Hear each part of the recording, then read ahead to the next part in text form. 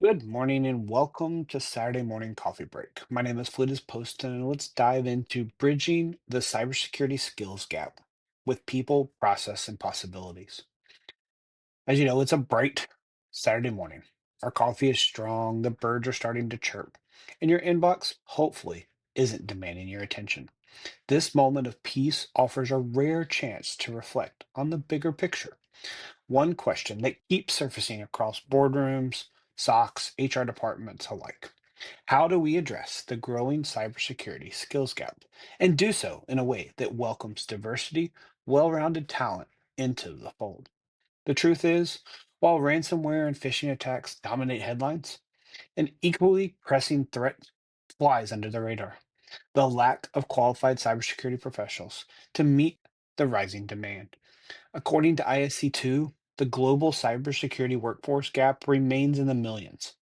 Organizations are desperate for hands on keyboard, but that doesn't mean we simply need more people.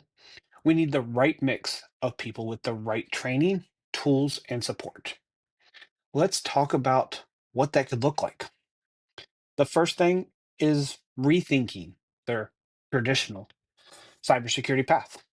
For years, job descriptions asked for your CISSP, 10 years of experience, and a magical knowledge of every tool under the sun, even for those entry level roles. That gatekeeping has pushed away brilliant candidates, especially those from underrepresented backgrounds, career changers, and even veterans transitioning into civilian tech. What if we treated cybersecurity like the team sport it really is? What if we invited people with backgrounds in psychology, law, communications, and education? Because let's face it, phishing simulations and policy rollouts need those skills just as much as they need the technical acumen. Hiring for aptitude, passion, and growth potential can open the doors to those less traditional resumes, but incredibly valuable perspectives. Next, let's grow our own talent from the ground up. Waiting for universities to churn out cyber ready grads is not viable. We need to invest in talent pipelines early and continuously through internships and apprenticeships, as these can be more than coffee runs and checkbox compliance.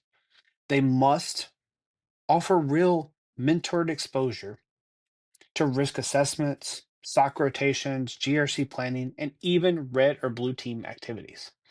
While upskilling programs can support existing employees to shift into cyber, think network engineers becoming your cloud security analyst or help desk pros training in identity and access management. Next is community partnership with high schools, coding boot camps, and nonprofits will help discover untapped potential right in your backyard. Additionally, diversity isn't just nice, it's now a necessity. The cybersecurity battlefield is complex. If everyone on your team thinks the same, learns the same, and solves problems the same, you're at a strategic disadvantage. Think neurodiverse individuals. They often bring exceptional pattern recognition and analytical skills. Think women and minorities, as they're historically underrepresented inside of IT and security. They offer critical viewpoints, often overlooked in product design and threat modeling. Linguistics and cultural diversity enhance intelligence gathering and social engineering defenses in a global organization. So, create inclusive environments. It doesn't just attract talent, it retains them. Mentorship programs, employee resource groups, flexible work arrangements, and the psychological safety are critical places and pieces of our cybersecurity puzzle. Cybersecurity is no longer static, and your training shouldn't be either. Let's be honest, cybersecurity is constantly shifting. Threat actors evolve, tools change, and yesterday's best practices may be tomorrow's blind spots. So training has to keep up. Introduce micro learning modules, which deliver on demand, keeping knowledge fresh and digestible. Simulate war games or incident drill to test muscle memory, far better than a multiple choice exam. Certifications tied to real world competencies, not just vendor checkboxes, as this will build confidence and trust in your practitioners. If we want well rounded professionals, we need to nurture them continuously, not just at onboarding. Your leadership must set the tone. This isn't a job for HR alone. Your CIO, your CISO, your CSO, your CTO, and the board must see talent development as a business imperative, not a back office expense. That means budgeting for ongoing education, promoting cybersecurity career pathways internal to your organization, elevating practitioners into decision making roles, celebrating learning, not punishing mistakes. When leadership prioritizes growth and inclusion, your culture flows from that. So let's wrap up and get back to relaxing on this Saturday. As we finish our first of probably many cups of coffee, consider this with me.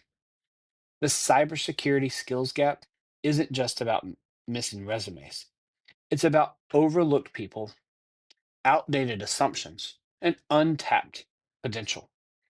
By broadening our definition of talent, investing in diverse development, and committing to continuous education, we're not just filling jobs, we're building a workforce capable of facing whatever cyber threat comes next. And perhaps most importantly, we're proving that cybersecurity isn't just a technology problem, it's a human one. And humans, when given the chance, will rise to the challenge. So take a last sip, get into your day, and let's get to work.